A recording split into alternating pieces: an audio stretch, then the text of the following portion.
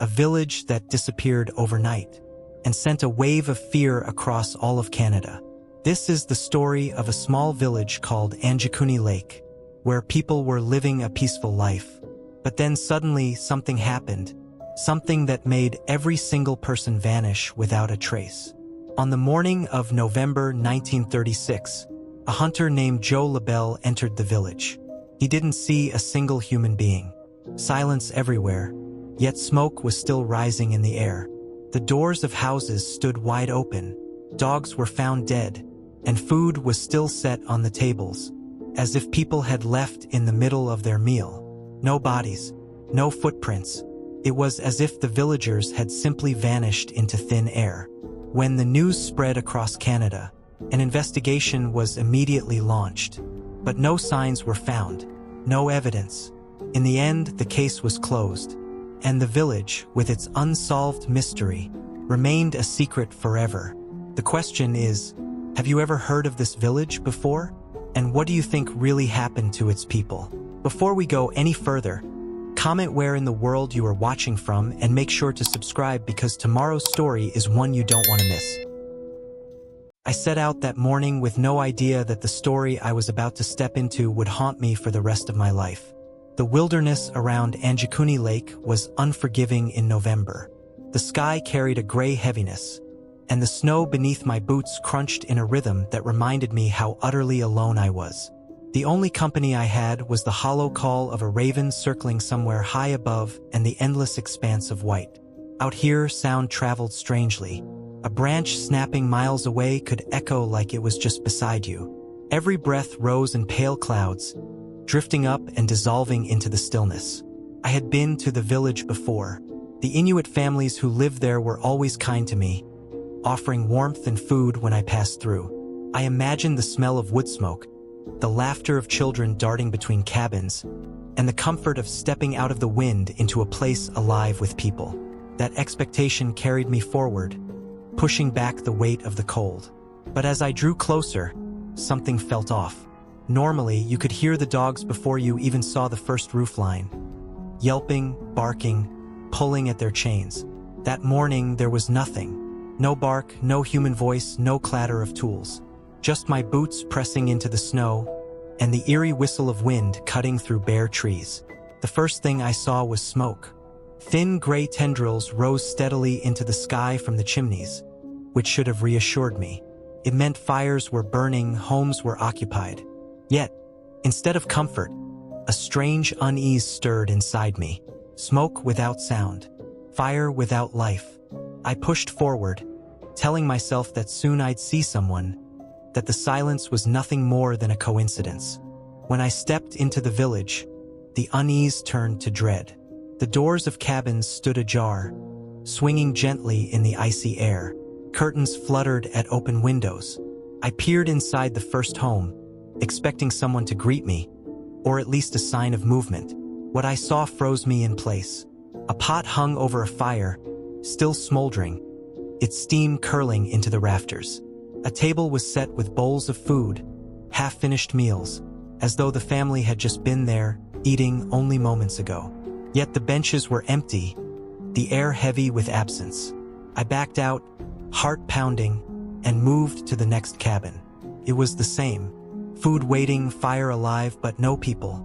Their clothing remained neatly folded, boots by the door. Rifles leaned against walls, untouched.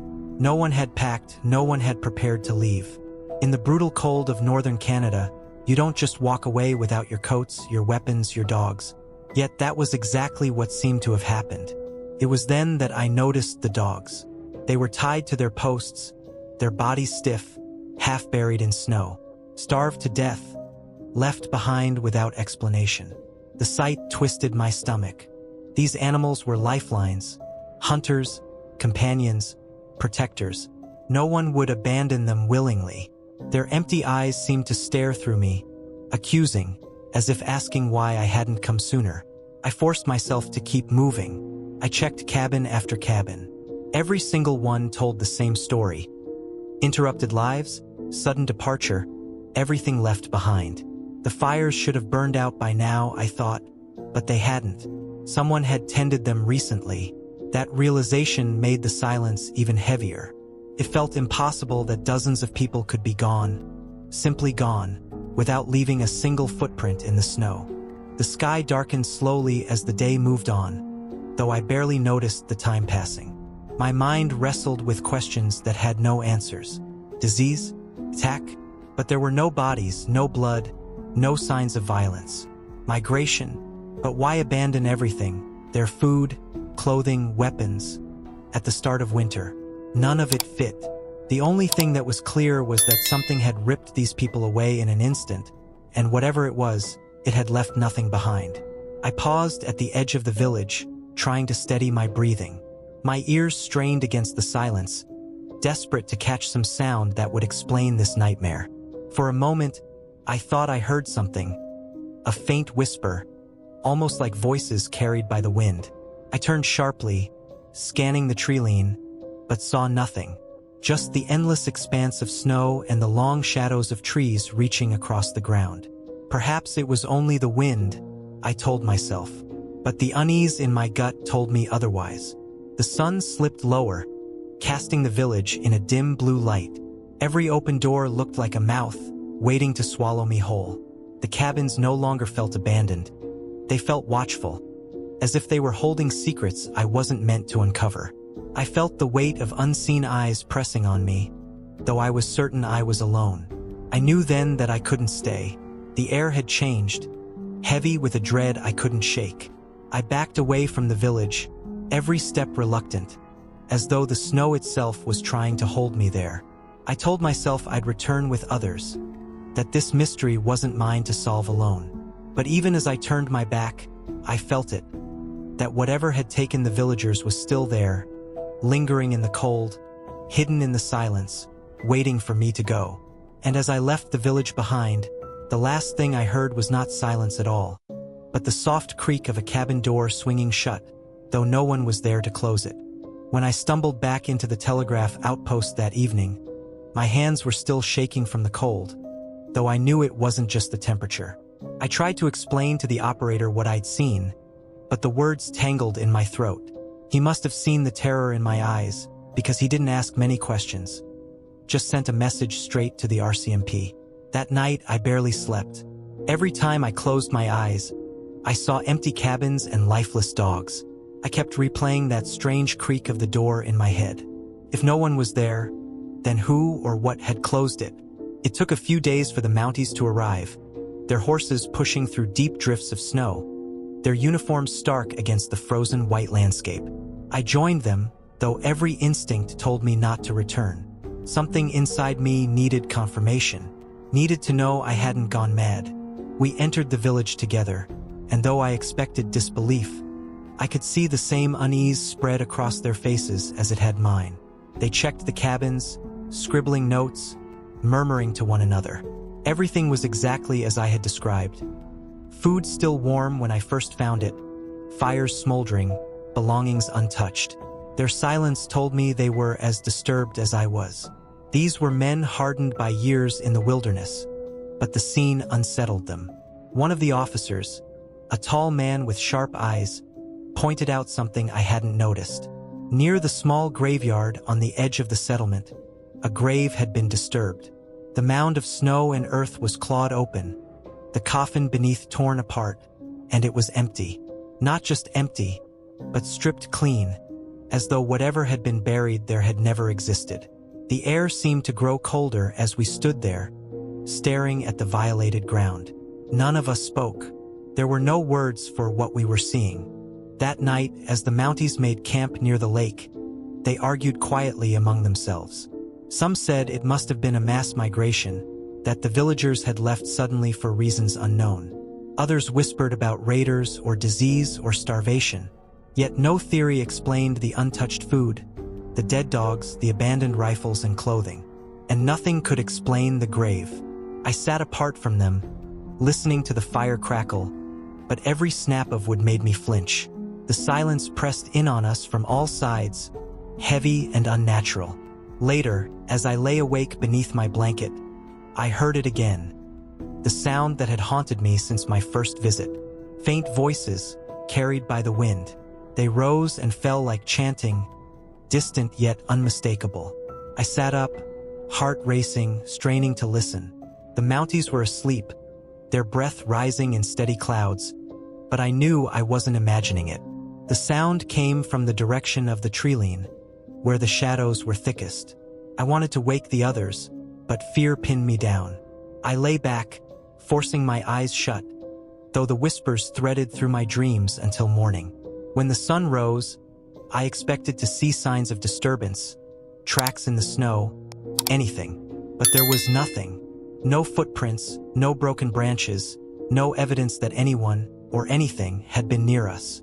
I told one of the officers what I'd heard. He gave me a tight look and nodded but said nothing. Later, I overheard him telling another Mountie that locals had spoken of strange lights above the lake, shimmering orbs that pulsed and danced across the sky on nights when the villagers felt watched. He didn't want to believe it, but his voice betrayed his doubt. The investigation stretched into days. Each morning, the officers searched again, combing through cabins, examining tools, collecting whatever scraps of evidence they could find. But every evening, we ended up with the same unanswered questions. No tracks in the snow. No bodies. No sign of struggle. It was as though the entire village had been swallowed whole. At times, I caught the Mounties staring into the distance, their eyes following shapes that I couldn't see. Once, one of them swore he saw a figure standing between the trees, tall and unmoving. But when we rushed over, the snow was undisturbed. The isolation wore on us. The longer we stayed, the stranger things felt. Radios brought for communication began to malfunction, static hissing whenever we tried to reach beyond the valley. Compass needles quivered strangely, refusing to settle. Even the horses seemed agitated, stamping their hooves and pulling against their reins at night, ears pinned back toward the woods. It was as if the land itself had turned against us. Then came the false relief. A letter arrived from officials in the south, claiming the villagers must have simply moved on to another settlement. They wanted the case closed, filed away as an unfortunate but natural migration. The Mounties read it aloud, and for a moment I let myself believe. Maybe there was an explanation. Maybe I'd let my imagination twist what I'd seen. But deep inside I knew better. I had smelled the food still hot on the tables. I had seen the lifeless eyes of the dogs. People do not abandon their homes in the dead of winter without reason. That night, as we packed our things, I felt the weight of eyes again. Standing at the edge of camp, I looked back toward the cabins one last time. The wind rose, carrying with it a low hum, almost like a song, distant but steady. It rolled across the snow, seeping into my bones. I turned, expecting to see others had noticed, but the Mounties were silent, their faces pale in the firelight. They heard it too, though none of us dared to speak. We left the next morning. The official record would call the village abandoned. But I knew, as I looked over my shoulder at the empty homes, that abandonment wasn't the right word. Something had taken them, something none of us could name. And as our sleds pulled away across the frozen expanse, the whispering in the wind followed, fading slowly, but never fully gone. I thought leaving the village behind would bring relief, but the truth is, it followed me. The silence, the whispers, the weight of all that absence. I carried it home like a shadow I couldn't shake. Nights stretched into weeks, and I woke often to the memory of those empty cabins. But what kept me awake more than anything was the way the Mounties looked when we parted. Hardened men, used to the wild, yet each of them left with eyes that avoided mine, as though afraid of what we'd seen together. None of us wanted to say it aloud, but we all knew it. We hadn't just stumbled onto an abandoned settlement. We'd brushed against something we didn't understand. Months later, I was summoned again, this time not by choice. Officials wanted me to return to Anjikuni with a fresh group to verify details for their reports. I tried to refuse, but they insisted. Against every instinct, I found myself trudging back through the snow, my breath sharp in the air, my boots sinking into the familiar rhythm that had haunted me since that first day. Only this time, the dread set in long before the cabins came into view. When we reached the village, it was the same, yet different. The door still hung open, snow drifted inside, but the air was heavier now, colder in a way that seemed unnatural. The fires were out this time, long dead, but the memory of smoke lingered, trapped in the wood like a ghost. The food had rotted on the tables, untouched since the day I first saw it. The dead dogs were gone, buried under months of snow, but their absence didn't bring peace. It was just another reminder that everything here had been swallowed whole. The men spread out, measuring, sketching, recording every detail. I stayed close to the edge of the village, unwilling to step inside again. My eyes kept drifting toward the treeline, where I'd once thought I saw movement. The forest seemed darker now, its shadows thicker, watching us. One of the men called out, pointing toward the sky. We all looked up. The northern lights rippled above us, brighter than I had ever seen. Curtains of green and purple shimmered, twisting across the heavens. But there was something wrong with them. The light didn't flow, it pulsed, like a heartbeat. Each flash seemed to sync with the ringing in my ears, a low hum that grew louder until it drowned out my thoughts. The men muttered nervously, some crossing themselves, others staring wide-eyed. Couldn't look away. The lights seemed alive, pressing down on us, bending closer. Then I heard it again, the chanting, not faint this time, not carried by the wind, but clear and steady, as though dozens of voices surrounded us, circling just out of sight. I spun, searching the trees, but the snow was undisturbed. No tracks, no figures, yet the sound grew louder, layering into a chorus that filled the night. My chest tightened, every instinct screaming at me to run, yet my legs wouldn't move. It was as if the ground itself held me there. One of the men shouted, his voice breaking, and pointed toward the cabins. Shapes moved inside, tall, dark silhouettes gliding past windows, pausing at doorways. Shadows where there should have been no one. My breath caught as one figure stepped out into the open, but the moment I blinked, it was gone, leaving only the creak of a door swinging on its hinges. Panic spread through the group. Some men rushed toward the sleds, others froze where they stood, rifles shaking in their hands. I could only stand there, staring, as the voices swelled into a deafening roar.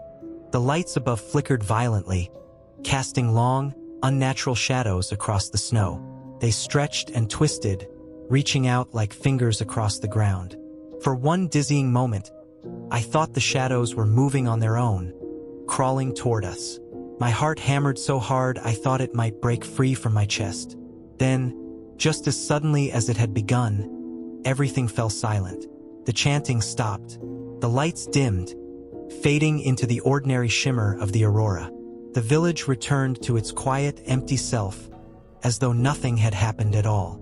The silence was worse than the noise. Every man stood frozen, unable to breathe, waiting for something more. But nothing came. One by one, they lowered their rifles, exchanging looks of raw fear. No one dared speak. We left in a rush, abandoning our notes, our sketches, everything.